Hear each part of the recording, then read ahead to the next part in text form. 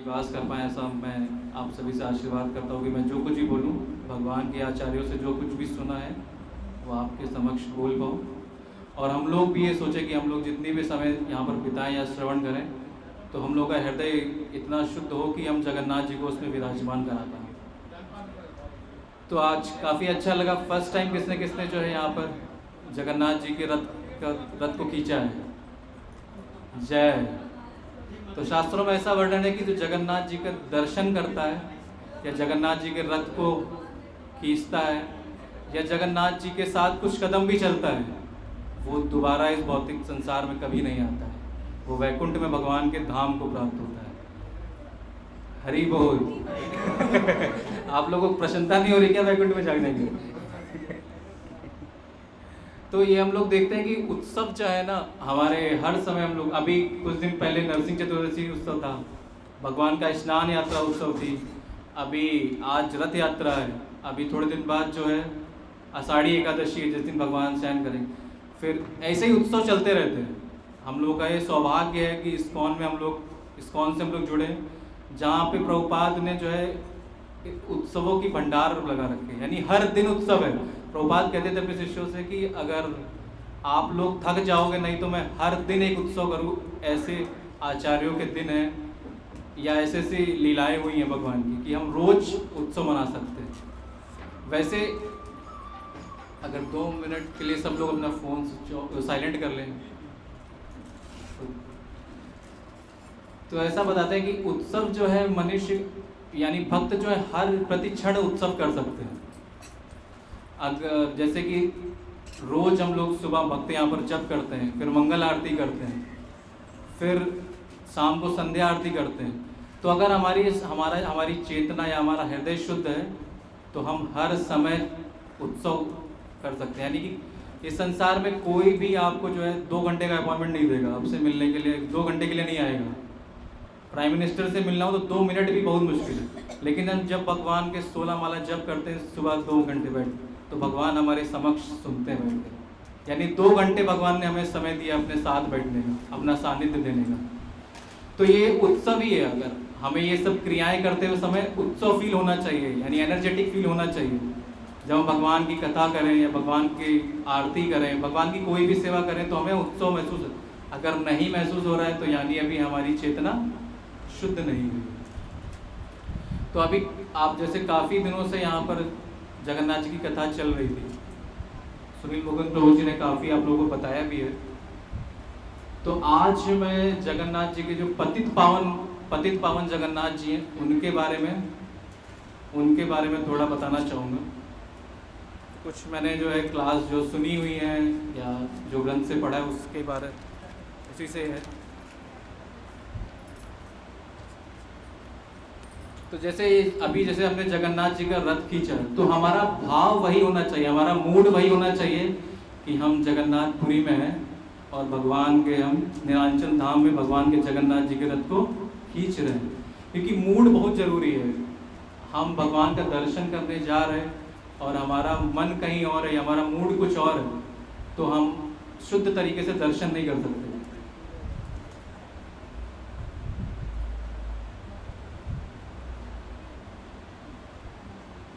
जैसे कि भक्तों को जो है ना भगवान के दर्शन में ही जो है उत्सव महसूस होता है। जैसे एक बार बता रहे थे भागवतम में कि मथुरा के जो भक्त थे वो नित्य उत्सव मनाते थे। क्या भगवान का क्या करते थे? दर्शन करते रहते थे और नित्य ही उत्सव मनाते थे। वो कभी कभी ब्रह्मा जी को धुतकारते थे कि ब्रह्मा जी ने ये सृष्टि का रचयिता ने पलके क्यों बनाई है कि ये पलके छपक जाती है, उस क्षण भर के लिए भगवान का दर्शन नहीं कर पाते। तो जैसे गोपियाँ कभी कभी डांटती थी ना कि हम जो है बहुत सेवाओं में व्यस्त हैं, इसकी वजह से भगवान का दर्शन नहीं कर पा रहे हैं, भगवान के साथ भी। तो ऐसे ही मथुरा के वासी भी भगवान ब्रह्मा जी को धुतकारते हैं कि हमारी पलक नहीं होनी चाहिए। इसीलिए हम देखते हैं जगन्नाथ जी के कोई भी पलक नहीं, हर समय निष्काम भाव से हर समय हमें दर्शन हर भक्त को देखते रहते हैं। तो जो पतित पावन जगन्नाथ जी हैं, उनका कैसे हुआ और क्यों हुआ वहाँ पर जगन्नाथपुरी गए हुए आप लोगों में से? जय। तो आप लोग पकड़ पाएंगे मैं किस पति पावन की बात कर रहा हूँ। तो उनका उदाहरण जैसे 3 लीलाएं बताई गई हैं। भक्ति सिद्धांत सरस्वती ठाकुर प्रभुपाद के एक शिष्य थे, उनका नाम था श्री रामानंद राय। उन्होंने अपने बताया कि 3 चीज़ें जो हैं, 3 चीज़ें इम्पॉर्टेंट हैं। क्यों 3 लोगों की वजह से जो है ये दर्शन हुए। एक साल्वेक भक्त थे जो मुस्लिम समाज में जिनका जन्म हुआ था, तो उनकी वजह से भगवान ने दर्शन दिए। दूसरे हमारे हरिदास ठाकुर जो रोज 192 माला जप करते थे, वो भी मुस्लिम परिवार में उनका जन्म हुआ था। और तीसरे थे श्री रामचंद्र देव, जो बहुत ही कठिन परिस्थितियों में उनको इस्लाम जो है स्वीकार करना पड़ा था। तो हम जो है ये इन्हीं की आज इनके बारे में डिस्कस करेंगे। श्री रामचंद्र देव, तो ये बात है 1738 की, यानी कि ये कोई बात सतयुग की या द्वापर युग की नहीं हो रही, कलयुग की बात है। और ये मुसलमानों का जो है पहले से चलता चला आ रहा है कि धर्म परिवर्तन या ऐसा जो कुछ भी है, बहुत परेशान किया इन्होंने हमें। ऐसा बताते हैं कि औरंगजेब पे भी जगन्नाथ जी की कृपा हुई थी। जैसे शिशुपाल या हिरण्यकश्यपु के ऊपर कृपा करी थी भगवान ने, तो औरंगजेब के ऊपर भी कृपा करी थी जगन्नाथ जी ने। औरंगजेब ने 12 वर्ष के लिए जगन्नाथ जी की रथ यात्रा बंद कर दी थी कि जगन्नाथपुरी में रथ यात्रा होने नहीं देता। तो उसको जो है उसके अल्लाह के रूप में दर्शन दिया, उसके स्वप्न में भगवान आए और उन्होंने कहा कि ये जो तुमने किया है ना, मेरी रथ यात्रा बंद करी है, अगर तुमने इसको सुचारू रूप से चालू नहीं करी तो तुम्हारा विनाश हो जाएगा, जो कुछ भी है सब खत्म हो जाएगा। तो अगले दिन ही औरंगजेब ने रथ यात्रा स्टार्ट कर दी और काफ़ी जगह जगन्नाथपुरी मंदिर धाम को दी। जगन्नाथ के मंदिर में काफ़ी जगह दी जिससे मंदिर वहाँ पर हुआ है, और काफ़ी सेवा करी जिससे कि रथ यात्रा वहाँ पे हो। और उसने आदेश दिया कि उड़ीसा वालों को कोई भी तकलीफ नहीं देनी। तो ऐसे ही उस समय जो एक मुसलमान राजा था मिर्ज़ा तकी खां, 1727 से 1736, तो ये काफ़ी आक्रमण करता था जगन्नाथपुरी पे। तो इसने एक दिन जो है भक्त रामचंद्र देव राजा जो थे वहाँ के, उनको कैद कर लिया। उनको कैद किया 13 महीने 15 दिन के लिए। और ये मुस्लिम्स क्या करते हैं, जैसे कि ये जो लोग पहले क्या करते थे कि जैसे पहले तो जेल में रखते, यातनाएं देते हैं, और उसके बाद आपको लोभ देते हैं कि आपको छोड़ देंगे जब आप इस्लाम स्वीकार कर लेंगे। तो उन्होंने 13 महीनों से भगवान जगन्नाथ से दूर थे वो। तो उन्होंने सोचा कि पहले तो उन्होंने मना कर दिया, क्योंकि उनको पता था कि अगर मैंने मुस्लिम धर्म अपना लिया तो मुझे जगन्नाथ की सेवा करने को नहीं मिलेगी, जगन्नाथ जी में मंदिर में जाने की परमिशन नहीं। कि हम लोग देखते हैं कि जगन्नाथ जी के मंदिर में सिर्फ जिसने हिंदू धर्म में जन्म लिया है वही दर्शन के लिए जा सकता है। तो काफ़ी बड़े बड़े सन्यासी हैं इस्कॉन में, लेकिन वो दर्शन के लिए नहीं जा सकते अंदर। तो लेकिन इतने वो ये भी सोच रहा था कि उसने कहा कि अगर तुम नहीं अपनाओगे तो तुम्हारे मंदिर को हम तोड़ देंगे, तुम्हारा भगवान जगन्नाथ को हम जो है रोड पे लाके खड़ा कर देंगे। तो उसने सोचा कि मेरे ऊपर कितनी भी यातनाएं हो जाएं, लेकिन भगवान की सेवा नहीं रुकनी चाहिए, इसलिए उन्होंने जो है इस्लाम धर्म को अपना लिया।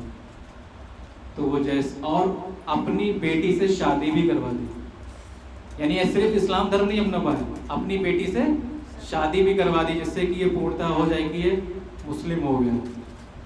तो जैसे ही वो वापस आए तो उनकी जो पत्नियां थी, जो बच्चे थे, सब उनको छोड़ के अपने मायके चले गए। मंदिर में उनको एंट्रेंस बंद हो गया, उनकी सारी सेवाएं छीन ली गई। वो क्या एक उपाधि देते, मलिक उपाधि दे देते। मलिक वो होते थे जिन्होंने हिंदू थे और किसी कारणवश मुस्लिम बन गए, तो वो मलिक उपाधि को दे दी गई। जैसे ही उनको उपाधि दे दी गई, वहाँ का एक मैनेजमेंट था मुक्ति मंडप, उस मैनेजमेंट से भी उनको निकाल दिया गया। हर एकादशी को वहाँ पर एक वो थी कि एक भक्त जाता था मंदिर के शिखर पे और चिल्लाता था कि भक्त रामदेव को कोई भी कष्ट ना हो, उनको सारे कष्टों से दूर रखा जाए। वो लीला भी बंद कर दी गई, वो सेवा भी बंद कर दी गई कि आज से कोई भी उनका नाम नहीं लेगा। तो वो रोज अब क्या वो जा नहीं सकते थे, कोई सेवा नहीं, तो एक भक्त के जीवन में इससे बड़ा दुख का कारण कुछ भी नहीं हो सकता कि वो भगवान के दर्शन ना कर पाए या भगवान की सेवा ना कर पाए। तो जो सिंह द्वार है वो रोज उसके सामने आके रोते थे, घंटों रोते थे और भगवान की प्रार्थना करते थे। तो कभी कभी हम देख सकते हैं कि भगवान हमें दुख देते हैं, लेकिन वो साथ साथ में देख रहे होते हैं कि जो दुख हमने दिया है उस समय हमारे भक्त ने क्या हमारा चिंतन छोड़ दिया है कि नहीं। हरे कृष्णा। थोड़ा हम लोग तो क्या देखते हैं, भगवान देखते हैं कि हमने जब कष्ट दिया है तो क्या उस समय भक्त हमारा चिंतन कर रहे हैं नहीं, या हम थोड़ी सी तकलीफ में क्या होता है कि हम लोग तुरंत जो है भगवान का साथ छोड़ देते हैं। कि हम लोग सोचते हैं अरे हम इतनी माला कर रहे हैं और भगवान ने हमारे साथ ही बुरा किया, रखो आज से माला नहीं करेंगे। इतनी पढ़ाई करी, इतनी भगवान की सेवा करी और भगवान ने हमें पास ही नहीं करा, आज से भगवान का बंद।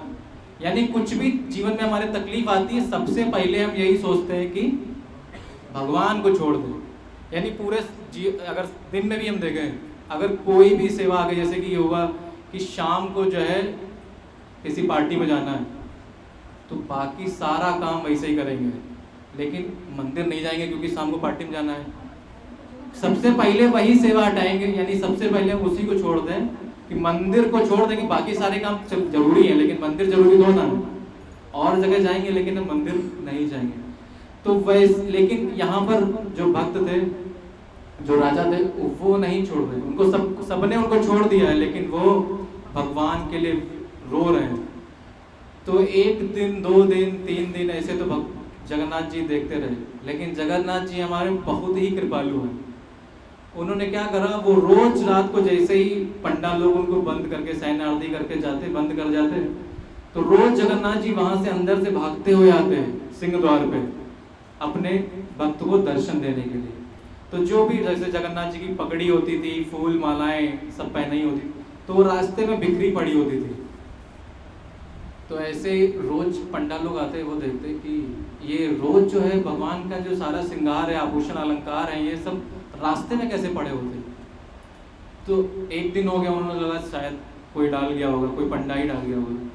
2 दिन हुए, 3 दिन हुए, लेकिन उनको समझ में नहीं आ रहा था कि भगवान ही वहां से चल के आ रहे हैं। भगवान ने देखा ये लोग कुछ कर ही नहीं रहे। तो एक दिन भगवान जो है, जो वहाँ के हेड पुजारी थे, उनके स्वप्न में आते हैं और उनसे कहते हैं, उनको डांटते हैं कि तुमने मेरे भक्त रामचंद्र को मंदिर में आने से कैसे मना कर दिया है, उसको मैनेजमेंट से निकाल दिया है, उसके लिए तुम प्रार्थनाएं भी नहीं करते हो, उसको रथ यात्रा में झाड़ू लगा देते हैं।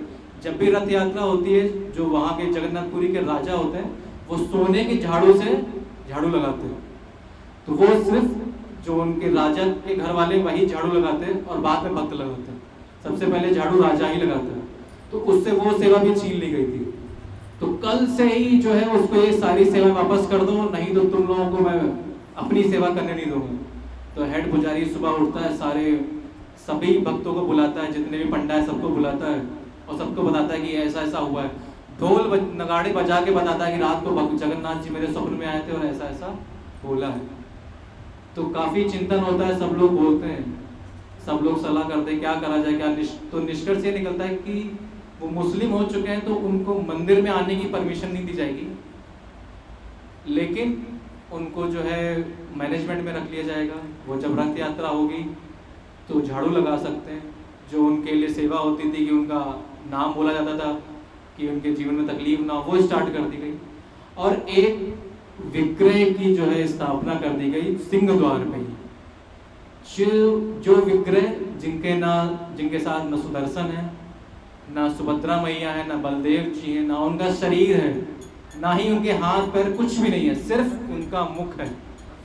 यानी वो सिर्फ और सिर्फ भक्तों का दर्शन करने और दर्शन लेने के लिए वहां पर पतित पावन जगन्नाथ जी बैठे हैं सिंह द्वार पे ही।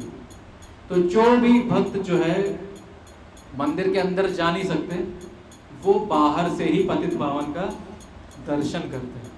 तो कितने कृपालु हैं जगन्नाथ जी, जो स्वयं अगर भक्त अंदर नहीं आ सकता तो वो बाहर आ गए। आप लोगों ने देखा होगा सिंह द्वार के गेट पे ही एंट्रेंस पे राइट साइड पे वो पतित पावन बैठे हैं। पूरा मंदिर बंद हो जाता है, उनके दर्शन सबसे बाद में बंद होते हैं। रात को 1-1 बजे दर्शन उनके बंद होते हैं। तो एक बार भक्त तो हम देख रहे हैं जगन्नाथ जी कितने कृपालु हैं। तो एक बार भक्ति सिद्धांत सरस्वती ठाकुर प्रभुपाद अपने शिष्यों को जो है दर्शन के लिए लेके गए मंदिर में। तो सब लोग जो है दर्शन करें। तो दर्शन के बाद भक्ति सिद्धांत सरस्वती ठाकुर ने पूछा अपने भक्तों से, क्या आप लोगों ने भगवान के दर्शन करे? आप लोगों ने क्या अभी जगन्नाथ जी के दर्शन करे? आप लोगों ने क्या अभी जगन्नाथ जी के दर्शन करे? ऐसे ही वो भक्त भी बोले कि हाँ हमने जगन्नाथ जी के दर्शन करे। तो भक्ति सिद्धांत सरस्वती प्रभुपाद कहते हैं आप लोगों के अंदर इतनी क्वालिफिकेशन ही नहीं है कि आप जगन्नाथ जी के दर्शन कर सको। जगन्नाथ जी की कृपा होगी तो जगन्नाथ जी हमारे दर्शन करेंगे। और हमें यही मूड होना चाहिए कि हम जगन्नाथ जी के दर्शन कर पाए या ना कर पाए, लेकिन जगन्नाथ जी हमारे दर्शन जरूर करें। तो भक्ति सिद्धांत सरस्वती प्रभुपाद जो थे वो सबसे आगे नहीं दौड़ते थे जाके, जगन्नाथ जी के पास जाके नहीं खड़े होते थे जाके कि दर्शन करने के लिए। वो गरुड़ देव के पास सबसे पीछे, जहाँ भगवान चैतन्य महाप्रभु भी वहीं से दर्शन करते थे। आप लोग अगर कभी गए होंगे तो वहां पे देखा होगा चैतन्य महाप्रभु उंगली के निशान है। भगवान रोज वहां पर जाके उस दीवार पर हाथ टेक के भगवान के दर्शन करते थे। तो उस दीवार पर भगवान की उंगलियों के निशान हैं। मैं तो अभी लास्ट ईयर गया था तो हम लोगों ने वहाँ पे टच भी किया उसको। तो भगवान चैतन्य महाप्रभु वहीं से दर्शन करते थे, आगे नहीं जाते थे कि हमें सबसे आगे जाना है, सबसे पीछे जाते थे जगह जहाँ गरुड़ देव है वहीं पे से करते थे दर्शन। तो भक्ति सिद्धांत प्रभुपाद भी वहीं से दर्शन करते थे।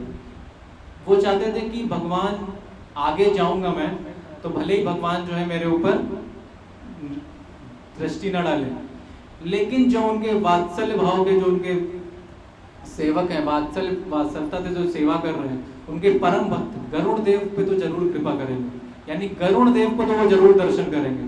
तो अगर उनके ही आसपास कहीं पे मैं खड़ा होऊंगा तो शायद जगन्नाथ जी की दृष्टि मेरे ऊपर पड़ जाए, क्योंकि गरुड़ देव पे भगवान बैठते हैं, विराजमान होते हैं। आप देखो गरुड़ देव कभी भगवान को टच करते होंगे, भगवान को अगर जैसे पसीना तो नहीं निकलता ये सब हम लोगों के लिए, लेकिन निकलता भी होगा तो गरुड़ देव के पंख से वो जो है सूख जाता होगा। तो कितनी बड़ी सेवा करते थे, तो उनके ऊपर तो भगवान की कृपा या दृष्टि हमेशा रहती है। तो हमें सोचना चाहिए कि हम जब भी अगर जाएं तो जैसे इस्कॉन के किसी मंदिर में जाएंगे तो भगवान के जस्ट सामने गरुड़ देव होते हैं। तो हम अगर वहां से खड़े होकर दर्शन करेंगे तो शायद हमारे ऊपर भगवान की दृष्टि पड़ जाए। हम अगर ऐसे नहीं सोचते मंदिर में बिल्कुल भगवान के सामने खड़े हो जाएं, हम बिल्कुल भगवान के ऊपर बैठे जाए कि अगर भगवान हमें नहीं देखना चाह रहे हैं तो हम नहीं देख सकते। तो हमें भगवान यानी हम प्रभुपाद बताते थे कि हम ऐसी सेवा ना करें कि हमें ढूंढे कि हमें भगवान के दर्शन करने दें। हम ऐसी सेवा करें कि भगवान ढूंढे कि जो है आज मेरा भक्त नहीं आया है, आज हुकुम प्रभु जी दिखाई नहीं दे रहे हैं, कहाँ चले गए, आज रोशन प्रभु जी आए ही नहीं है, आज मीनाक्षी माता जी मेरे लिए प्रसाद बना के नहीं लाई। ऐसा भगवान के भाव हो कि वो दर्शन देने के लिए आए, वो दर्शन आपका लेने के लिए व्याकुल हो, ऐसे हमें सेवा करनी चाहिए। लेकिन ये मूड कैसे होगा? जब हम भगवान के बारे में श्रवण करेंगे।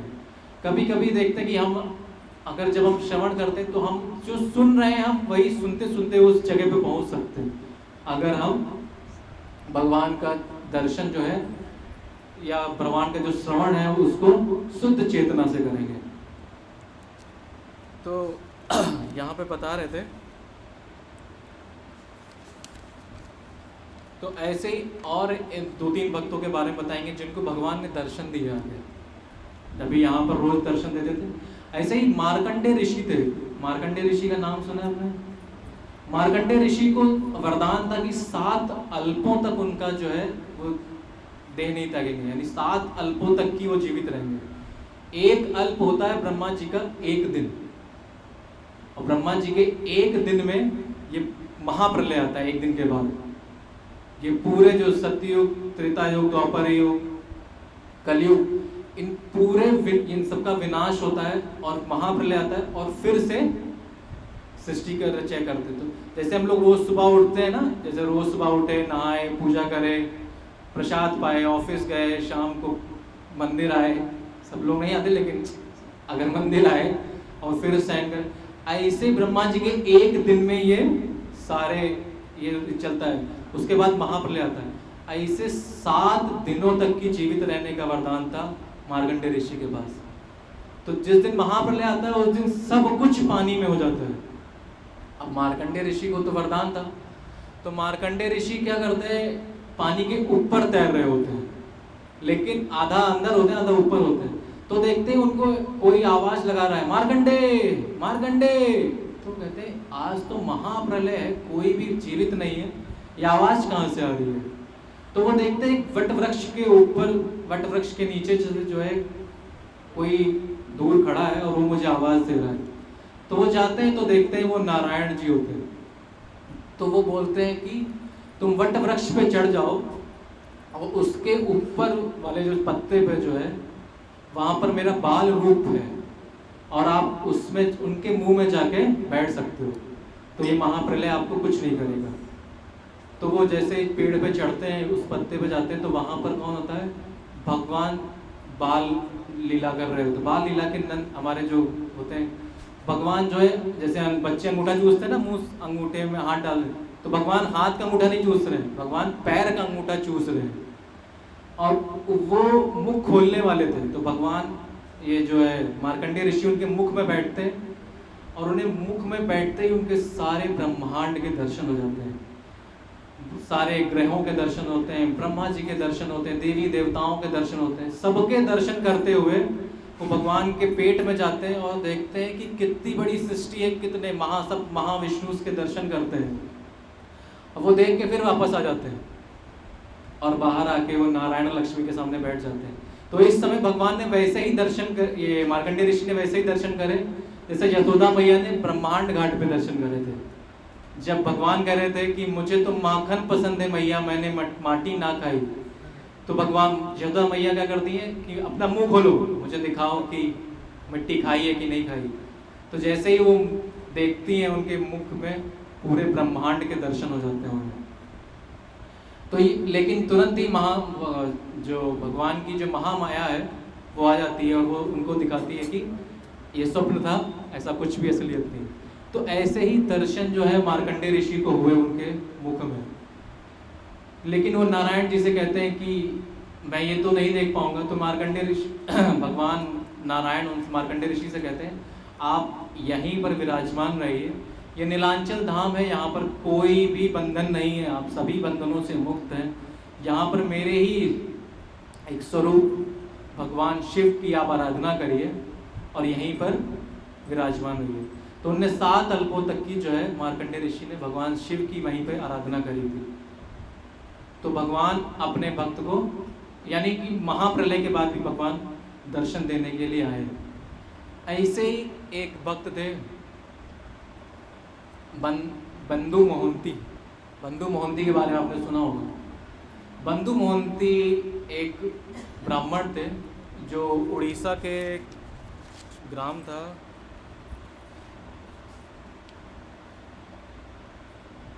जांजपुर के वो जो थे, जांजपुर ग्राम में वो रहते थे। उनका एक बेटा था, 2 बेटियां थी, उनकी पत्नी थी। वो क्या करते थे, भिक्षा मांग के ही अपना पालन पोषण करते थे। और वो भिक्षा भी पूरे गांव में नहीं मांगते थे, वो सिर्फ 1, 2, 3 घरों में जाते थे, इतना ही मांगते थे जिससे वो शाम को उनका परिवार जो है खा पाए या अपना पालन पोषण कर पाए। ऐसा नहीं था कि वो जो है आज पूरे गांव में भर जाए और भर ले जाए। प्रभुपाद क्या बताते हैं कि जैसे अगर एक रास्ते पे एक आटे की बोरी गिर जाए तो चिड़िया आएगी, दो 3 उसमें से चुगेगी और चली जाएगी। गाय आएगी, एक बार जितना खाएगी और फिर चली जाएगी। आदमी आएगा, खाएगा, बोरी उठाएगा, घर ले जाएगा।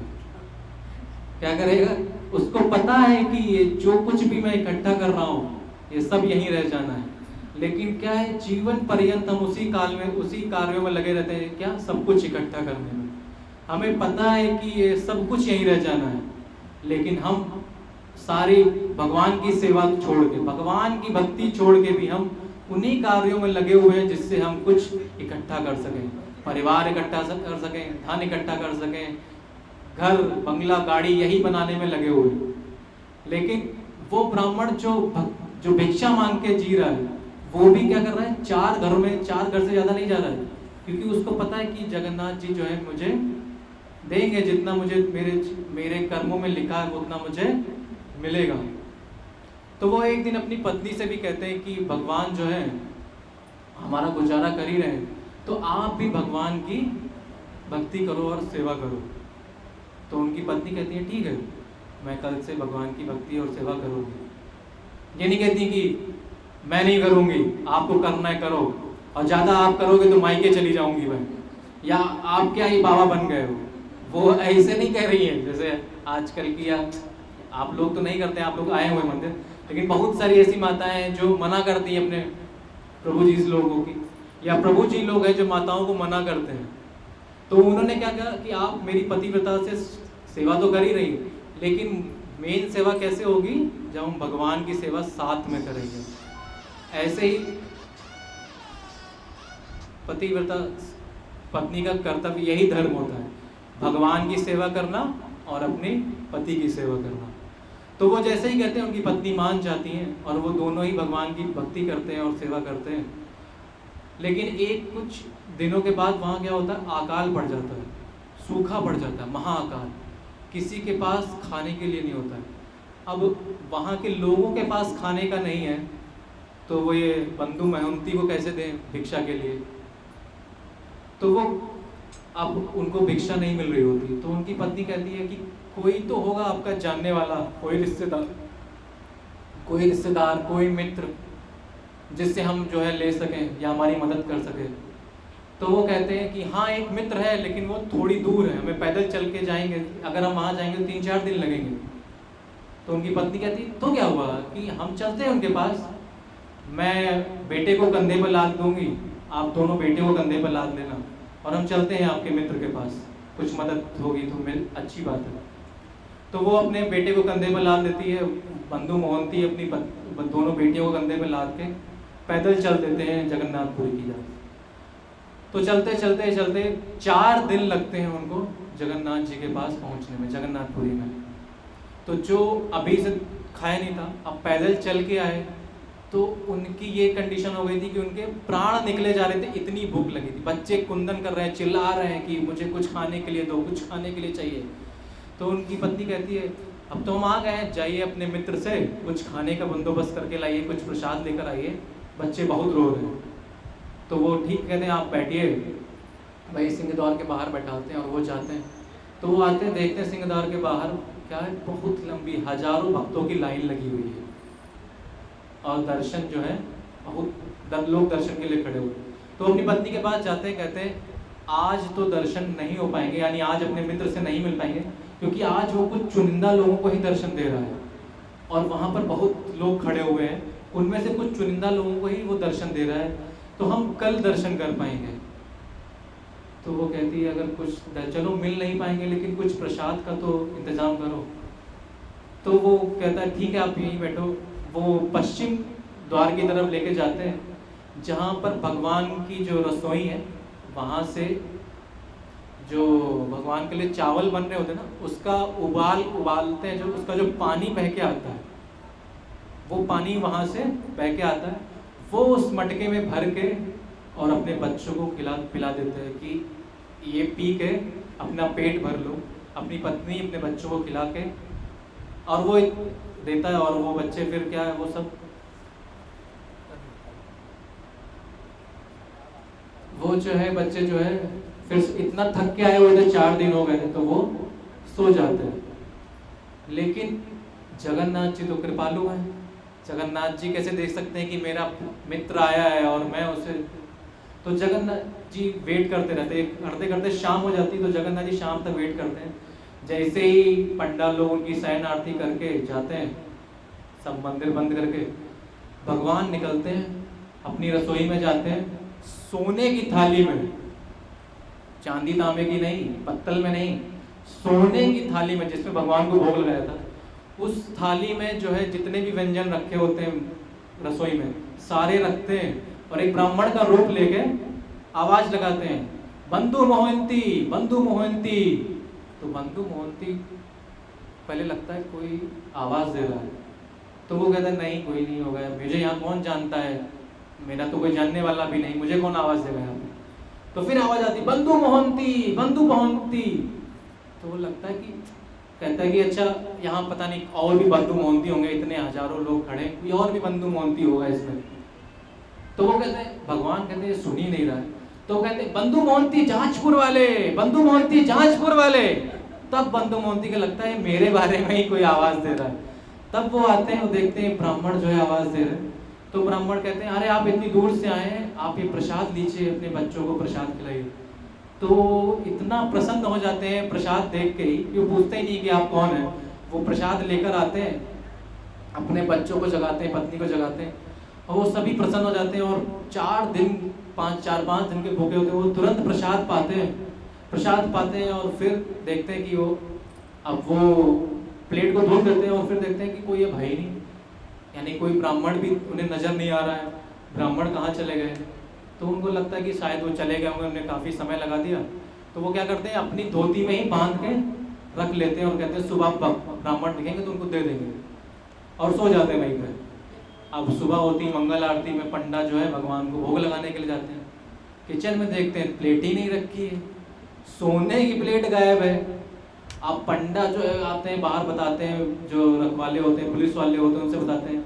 तो पुलिस वाले पंडों को ही डांटते हैं कि आप ही सेवा करते हो, आप ही लोग रहते हो, तो आप भी लोग वहाँ जा सकते हो, आप लोगों ने किसी ने गायब करी। तो ये धीरे धीरे ये बात जो है राजा को पता चलती है। तो राजा सारे सैनिकों पुलिस वालों को भेजता है, जाओ पता करो जाके कहाँ गई भगवान की जो सोने की थाली कहाँ चली गई, भगवान को भोग कैसे लगेगा। तो तब तक क्या होता है, सूर्य देवता आ चुके होते हैं। तो जैसे ही सूर्य देवता की रोशनी पड़ती थाली में, सोने की थाली होती है, तो चमचमा के जगमगा उठती है। तो वो देखते हैं कि अरे ये तो वही थाली है जो भगवान की भोग लगाई जाती है। तो वो राजा जो है उसको बुलाते हैं, ब्राह्मण को, उनके पूरे परिवार को, और कारागार में डाल देते हैं कि तुमने भगवान की थाली जो है चुरा ली। वो बताते हैं कि ब्राह्मण ने हमें दिया। कौन ब्राह्मण था वो जानते ही नहीं थे, तो किसे दिखाते, उनकी बात वहाँ कोई जानता था नहीं उनको, तो उनको कारागार में डाल देते हैं। वो बहुत मेहनतें करते हैं लेकिन उन्हें कारागार में डाल देते हैं। तो ऐसे करते करते शाम हो जाती है। तो रात को भगवान राजा के स्वप्न में आते हैं कि तुमने क्या किया, अगर तुम्हारे घर में कोई तुम्हारा मित्र आता है तो तुम उसे प्रसाद देते हो कि नहीं देते हो। तो वो कहता है कि हाँ देते हैं, भगवान जरूर देते हैं। तो मेरा मित्र आ गया, तुमने उसको जो है कारागार में कैसे डाल दिया। तो कहते हैं कौन सा मित्र भगवान आपका आ गया जिसको हमने कारागार, कह रहे बंधु मोहंती जांजपुर वाला मेरा मित्र है और तुमने उसको जो है कारागार में डाल दिया है, अभी जाओ उसको कारागार से निकालो, नहीं तो मैं तुम लोगों को तहस नहस कर दूंगा। तो राजा जो है तुरंत दौड़ते हुए आते हैं, सारे पंडाओं को जगाते हैं और सारे सैनिकों से कहते हैं कि बंधु मोहंती को बाहर निकालो। बंधु मोहंती को जो है वो भगवान के मित्र हैं। तो बंधु मोहंती बाहर निकाले जाते हैं। राजा उनके लिए वहीं मंदिर में जो है, मंदिर के पास में घर बनवाते हैं और वहीं पे उनको जो है सेवा में लगा देते हैं जगन्नाथ जी की। तो हम देखते हैं कि भगवान स्वयं अपने भक्त को दर्शन दिए और भगवान उनको प्रसाद खिलाए। ऐसे ही एक लास्ट भक्त के बारे में बात करेंगे जिनको भगवान ने दर्शन दिए। जगन्नाथपुरी से 10 कोस दूर एक रघु नाम का मछुआरा था जो मछली पकड़ता था और उसको बेच के अपने परिवार का पालन पोषण कर रहा था। तो मछुआरे जो होते हैं वो नीची जात में आते हैं, तो वो अपने आप को सोचता था मैं कितना पतित हूँ कि मैं किसी जीव को मार के या पकड़ के उसको बेच कर अपना परिवार पालन पोषण कर रहा हूँ। मैं सेवा ये कार्य नहीं करूँगा, मैं सिर्फ जगन्नाथ जी की सेवा करूँगा। अभी तो कुछ समय में तो था, लेकिन हमारे आप इस्कॉन में देख सकते हैं भगवान की सेवा करने के लिए जाति धर्म नहीं जरूरी। आप किसी में कुल में जन्म लिए हो और भगवान की अगर शुद्ध भक्ति कर रहे हैं तो आप भगवान के ऑल्टर में जाके सेवा कर सकते हैं, भगवान की सेवा कर सकते हैं। उसके लिए क्या है, ब्राह्मण दीक्षित होना पड़ता है। ब्राह्मण दीक्षित वाले भक्त कुल से नहीं कर्मों से हमारे सेवा डिपेंड करती है। तो वो अपने आप को बहुत ही नीच समझता था कि मैं क्या करता हूँ, किसी पशु को जो है मार रहा हूँ और उसको बेच रहा हूँ, उससे अपने परिवार का पालन पोषण कर रहा हूँ, कितनी निंदता की बात है। तो वो एक दिन जाता है भगवान अपने मन, लेकिन तब भी क्या है, भगवान पालन पोषण तो करना है, तो वो जाता है मछली मारने। तो जाल फेंकता है और एक ही मछली जो है लाल रंग की, उसमें सुनहरी सी मछली आती है पकड़ के, और वो चिल्ला रही है आदमी की आवाज़ में, हे नारायण मुझे बचाओ, हे नारायण मुझे बचाओ। तो वो कहता है ये मछली आवाज़ यानी मनुष्य में की वाणी में आवाज़ कर रही, नारायण मुझे बचाओ। तो वो डर जाता है कि नारायण का कोई भक्त होगी, वो छोड़ देता है और वो कहता है अब मैं घर ही नहीं जाऊंगा, क्योंकि मैं इससे ये कार्य करूंगा नहीं, और घर इस कार्य करूंगा नहीं तो कमाऊंगा क्या, तो घर ही नहीं जाऊंगा, घर वालों के पालन पोषण अब जैसे होगा जो जगन्नाथ जी देखेंगे, मैं यहीं रहूंगा, घाट इसी बंदरगाह पे रहूंगा। तो एक दिन हो जाता, 2 दिन हो जाता, तीसरे दिन एक ब्राह्मण आता है उनके पास और वो कहता है रघु क्या कर रहे हो यहाँ पे, तुम 3 दिन से यहीं पे पड़े हुए हो, जाओ तुम्हारे गांव वाले तुम्हारे घर वाले ढूंढ रहे हैं तुम्हें। तो वो कहता है कि मैं नहीं जाऊँगा, मैं घर वालों का पालन पोषण नहीं कर सकता हूँ और मैं ये कार्य भी नहीं करूँगा, मैं मछलियों को मार रहा हूँ, उनको बेच के अपना परिवार का पालन पोषण कर रहा हूँ। तो वो कहते अब कहाँ तुम मार रहे हो, ये तो 3 दिन पहले एक मछली आई थी ना जो तुमसे कह रही थी कि नारायण मुझे बचा लो, नारायण मुझे बचा लो। तो वो कहता है कि ये बात तो सिर्फ 3 लोगों को पता है, क्योंकि मैं तो कहीं गया ही नहीं, मुझे पता है, जगन्नाथ जी को पता है और उस मछली को पता है। तो इस ब्राह्मण को किसने बताया कि मेरे पास वो मछली आई थी जो चिल्ला रही थी नारायण मुझे बचाओ। तो वो जान जाता है कि ये ब्राह्मण कोई साधारण मनुष्य नहीं है, ये साधारण ब्राह्मण नहीं है, ये स्वयं जगन्नाथ जी भी हो सकते हैं। तो वो उनके चरण पड़ते हैं कि आप जगन्नाथ जी कृपा मुझे दर्शन दीजिए, कृपा दर्शन दीजिए, आप ही जगन्नाथ हैं। तो जगन्नाथ जी उनको दर्शन देते हैं और कहते हैं जाओ तुम अपने घर की तरफ, घर जाओ, अपने घर वालों के पास जाओ। तो वो अपने गांव की तरफ आते हैं, सब उनको कहते हैं कहाँ थे तुम रघु, कहाँ थे 2-3 दिन से, या तुम सब यहाँ तुम्हें ढूंढ रहे हैं, सब परेशान हैं और तुम कहाँ थे 3 दिन से।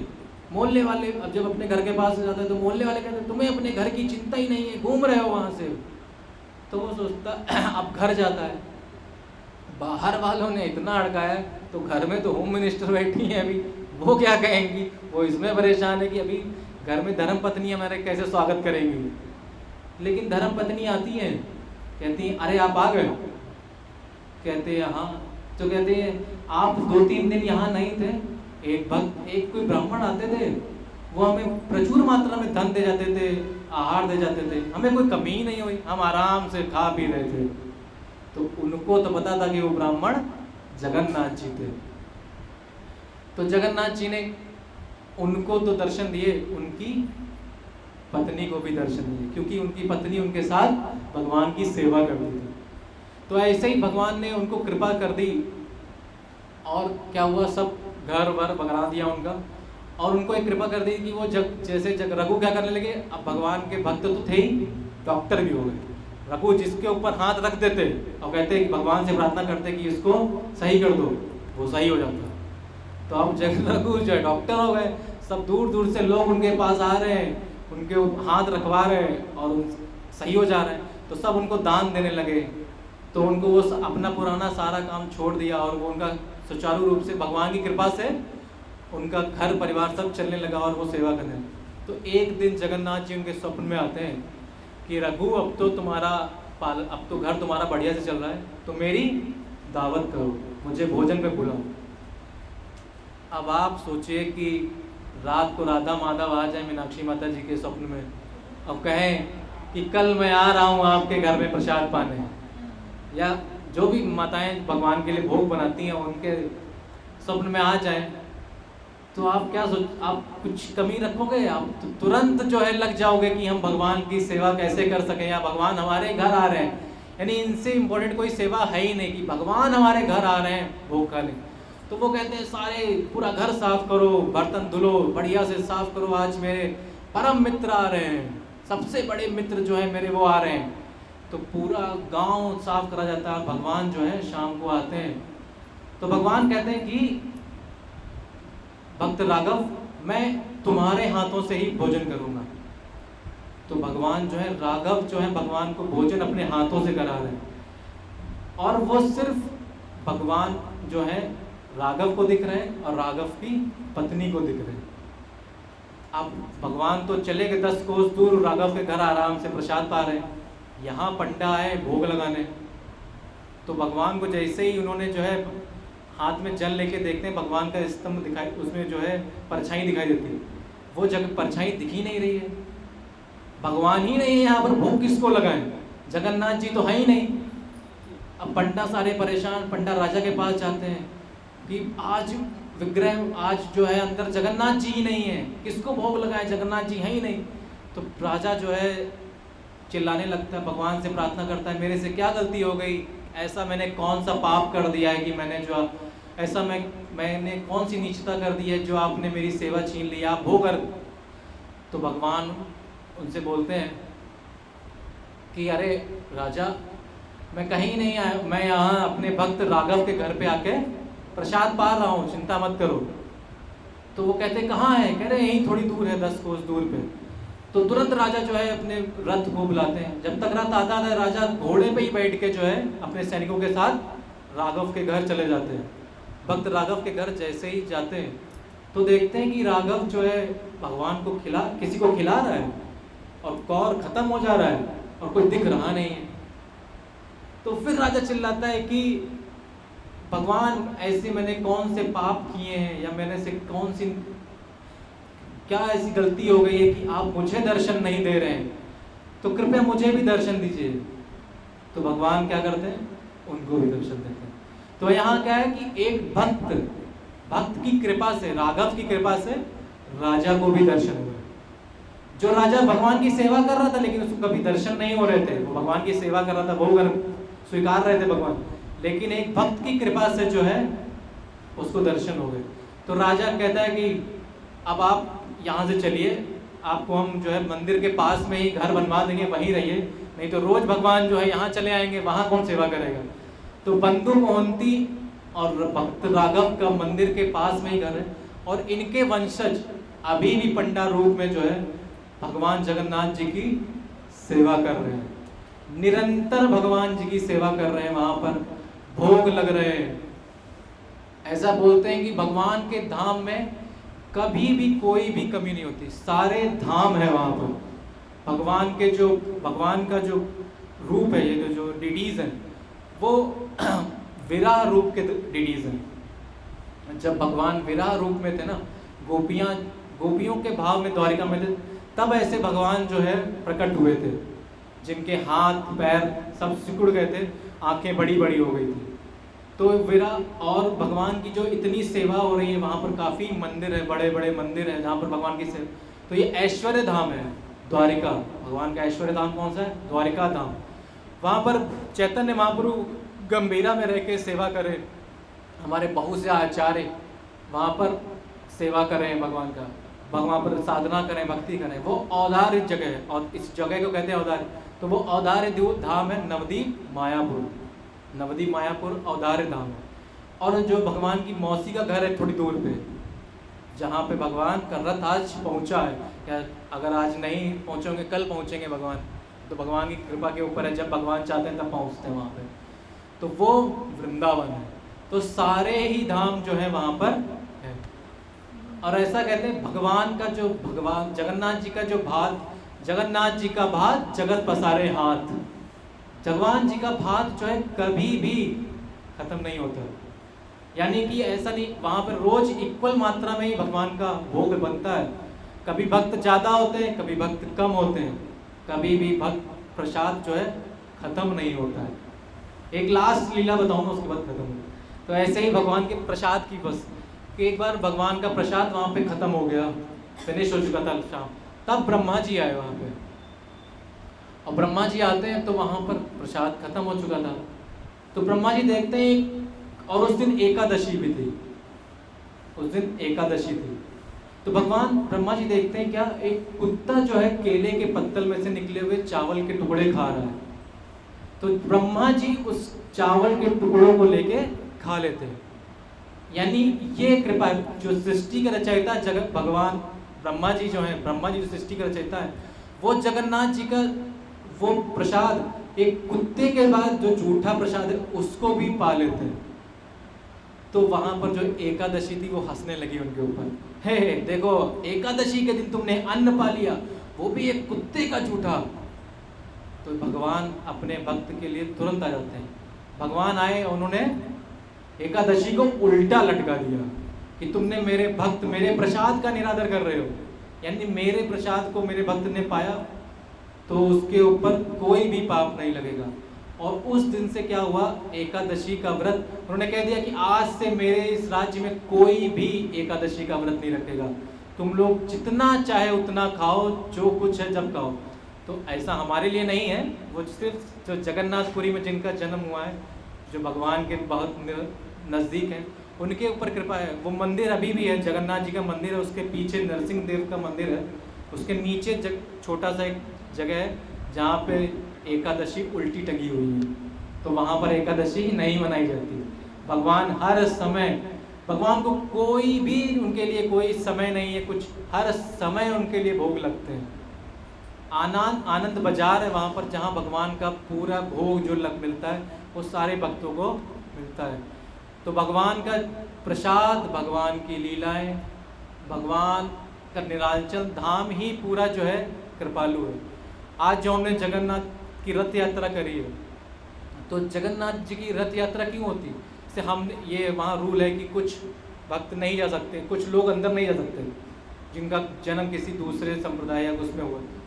तो भगवान क्या कर रहे हैं, कभी कभी ऐसा होता है ना कि कभी हम बीमार होते हैं तो हम डॉक्टर के पास जाते हैं, इलाज करा के चले आते हैं। कभी हम इतना बीमार होते हैं कि डॉक्टर के पास भी नहीं जा पाते, तो हम क्या करते हैं, डॉक्टर को फ़ोन करके बुलाते हैं अपने पास।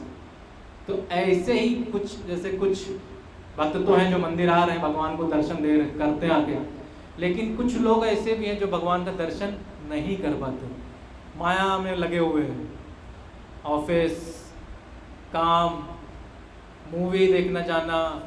हम क्या है, जब आध्यात्मिक उत्सव नहीं मनाते हैं ना, हमने शुरुआत में बताया था ना, आध्यात्मिक उत्सव नहीं मनाते तो हम क्या भौतिक उत्सव मनाते हैं। हम जो है कवि सम्मेलन सुनने जाएंगे, ऑर्केस्ट्रा लगा होगा वहाँ जाएंगे, हम जाएंगे, आज डीजे पार्टी, डीजे नाइट है वहाँ जाएंगे, मूवी देखने जाएंगे।